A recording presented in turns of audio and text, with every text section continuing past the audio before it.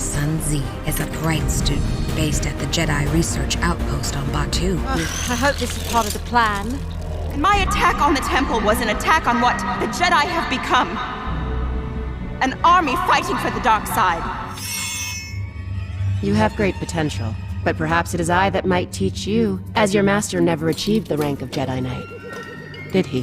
What's up, MetaNerds? This video will be a complete breakdown of the Mirialan species, from biology to culture, unique connection to the cosmic force, and how they played an outsized role in shaping galactic history, with each era having some notable individuals, and we'll be drawing from all these resources. But first I want to thank Established Titles for sponsoring this video, and making me a true lord. My Isles ancestors are surely looking on with pride, especially since Established Titles works as a fun way to preserve the natural woodlands of Edelston, Scotland, and restoration efforts all around the world, planting a tree with every order. How it works is that you purchase a title pack for at least 1 square foot of dedicated land, coming with a unique plot number, and works through a Scottish custom where landowners are referred to as lairds, or lords and ladies in English, and so you can use your new title on credit cards, plane tickets, or throw it on your dating profile. You get this neat plaque, which even has your own crest, and it makes for a great last-minute gift, while keeping these wild areas from being industrialized, and helping global charities like One Tree Planted and Trees of the Future, which honestly is more than a lot of other lords and ladies can brag about. The first 200 people purchasing a title pack using my link will effectively be next to my plot, so we can establish our own little MetaNerds kingdom. And to make it even better, Established Titles is running a massive Black Friday sale right now, and if you use code MetaNerds, you get another 10% off on top of that. Go to establishedtitles.com/MetaNerds to get your gifts now and help support the channel.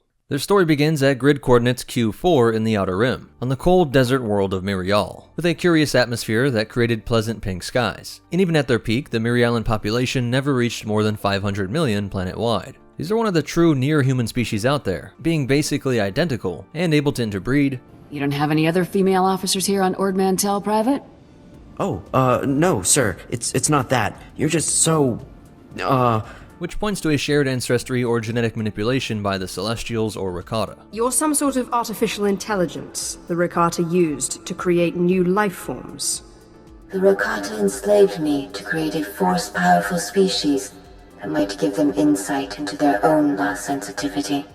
The only difference from humans includes a general greater agility and remarkably quick reflexes, and visual differences with their green to yellow skin color, and the occasional purple, with the eyes that could be brown, blue, or green like a human, but also violet, gray, red, yellow, or orange. The earliest histories of these people show that religious traditions around the Force have been around for as long as any of them could remember. A Force tradition that was unique, emphasizing free will, but seeking communion with the Force to act as a guide, as well as looking for input from family, elders, and tribal leaders, with seemingly no focus on light or dark dichotomy, but they are one of the few people to heavily focus on the cosmic Force. While groups like the Night Sisters manipulated Force energies and Ichor through a process called magic, and the Bardotans focused on the living Force, the Mirialans were obsessed with fate, and the paradox it played with one's free will, believing that the main focus of one's life was to figure out where your will ended and the Force's began. And while the Jedi talk of the balance of light and dark, these people believe wisdom lay in finding the balance between an individual free will and recognizing this cosmic will.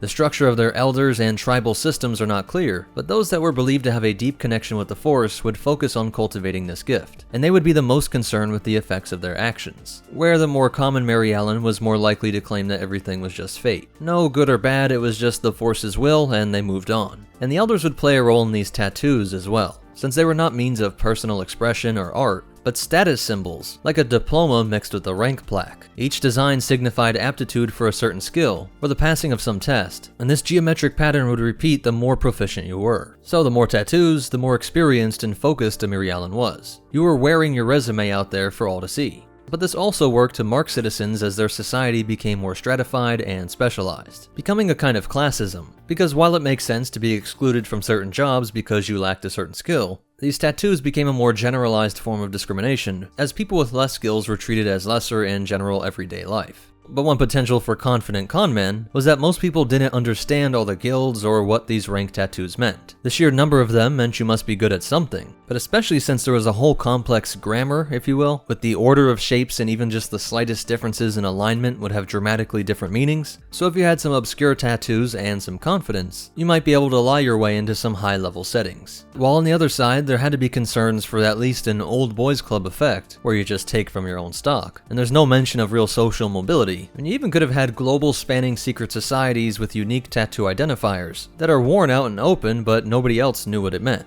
By 3951 BBY, the Mirialan had already been long-standing members of the galactic community, which is interesting for being such a far-off Outer Rim world. It may be due to their large presence in the Force and industrialized society that when Jedi came to contact them, they were able to hit the ground running and absorb all kinds of alien tech and wisdom. Or a darker explanation is that this was because of how prominent their neighbor was, Zygeria. The slaver capital of the world was at the end of the Listahol run, which put Zygeria right in between the most important hyperlanes in the galaxy, the Perlemian trade route and the Hydean Way, bringing tons of traffic to this area that would later come to support the corporate sector just around the corner. The Mirialan had their own powerful planetary defense force, both on-world and with a navy, and they would side with the Sith Empire during the Jedi Civil War, but tried to avoid fighting the Republic or having their forces sent to some far-off battle. Instead, they just hoped to play defense and keep the sector free from either Republic or Imperial presence, promoting Mirialan as a safe haven world for refugees. As stories of Sith war crimes increased, the sentiment on Miriel shifted to support the Republic, with many voluntarily leaving home and getting out of the Imperial territory to find their nearest Republic enlistment center. Many of those practicing their native Force traditions would seek to join the Jedi Order. It's unclear how this worked with the Order's restrictions on age. I'd imagine that they almost set up a sort of Mirialan branch, where children could be moved to the Order, and Mirialan adults would act as advisors, using their unique methods of communing with the Cosmic Force alongside Jedi Masters to try and let the Force guide military and policy decisions. Since at this time, the Jedi Order was still the head of the military, not monks rapidly forced to be generals like we see during the Clone Wars. The Jedi Order would usually not allow any connection with a Force-sensitive child's family, out of fear of attachment and split loyalties, but they made exceptions when the specifics of a species required it,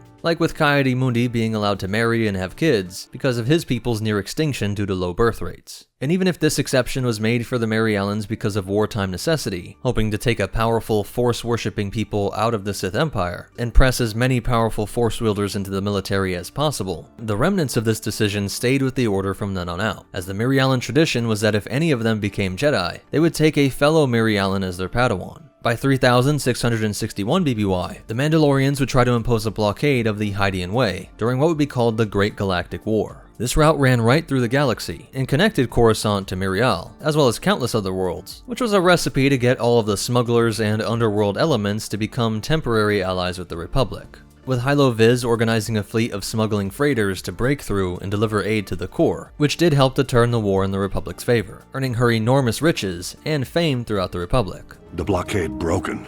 Hylo Viz brought freighters full of raw goods into Coruscant and walked away with more wealth than she had ever imagined. Sadly, there was no honor among thieves, and when she had her earnings stolen, Viz went into hiding to escape from the Hutt cartel, who had financed this operation to break the Mando blockade. During the Cold War, massive tectonic shifts created canyons that exposed cave systems and revealed a sprawling lost city with unfathomable riches. Who this belonged to was never explained, or if it was secretly being used by some tattooed secret guild, or maybe the Force worshippers, or someone else. The truth has never been revealed. This time up to the late Republic era would be marked with a constant presence of Mirialans in the Jedi Temple on Coruscant, and in general they were one of the more common near-human species. But with life in a galactic monoculture, the face-tatch tradition and system of classifying people was dying out, and only the most traditional of families held the ritual as sacred and absolutely necessary. We also see the tragic love story of Mervyn Getter, who hoped to push the boundaries of social norms and biology with his Twi'lek lover. Sadly, a love that was cut short when he was atomized during the Great Hyperspace Disaster of 232 BBY.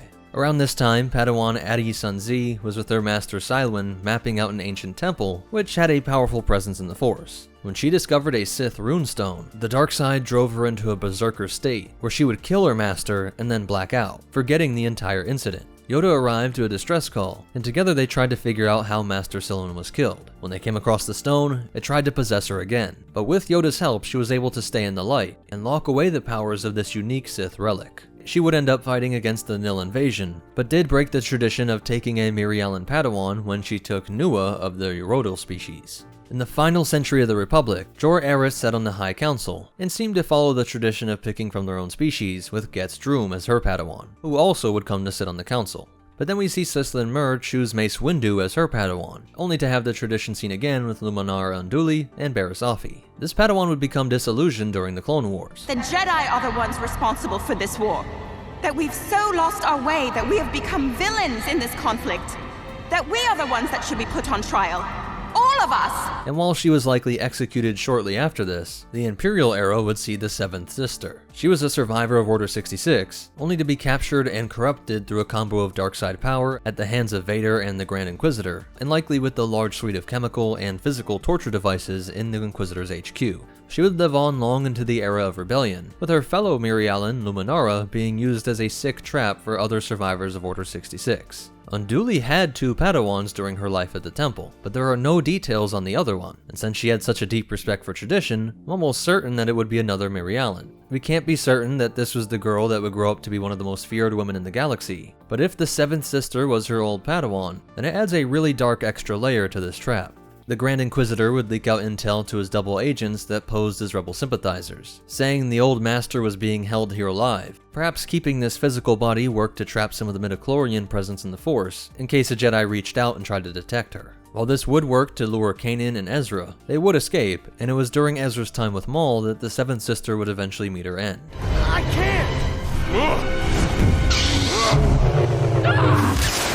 Into the Galactic Civil War era, there were many that threw in with the Alliance. And though we never get details, we should imagine that the Force worshippers back home got a lot of attention from the Emperor, either trying to manipulate them, as even if they could sense the dark side Force in him, they weren't focused on the distinction between light and dark, and their skills in trying to read the will of the cosmic force would have been incredibly useful to Sidious. I would imagine these people would not be massacred, but Sidious would try to provide them with limitless access to knowledge and credits in order to study and build anything that would ensure that his life was guided by his own will, not fate or the will of the Force. During the Galactic Civil War, a Force-sensitive pilot named Keo Venzi would most often fly an A-Wing with Vanguard Squadron under Hera Syndulla's command. And by 34 ABY, we see Resistance ally Synara San on the Colossus. So that's it for the breakdown. And the only cool behind the scenes fact is that a disciple of the Will, Kozam Pel, was so impressed with some of the Mirialan Force worshippers, those non-Jedi located on the homeworld, that he included a quote from Mehdi Janvarin in a book, The Collected Poems, Prayers and Meditations on the Force, a major work with other Guardians of the Wills, like Baze Malbus and Chirrut Imwe. If you made it this far, please hit that like button, it's the best way to help me out. Leave a comment for the algorithm, what you thought on this video, or recommendations for future videos. Subscribe if you want to see more, and take a look at the membership. But most important of all, remember, whether for good or bad, no matter what species you are, you will be judged for your face tats. And the Force will be with you. Always.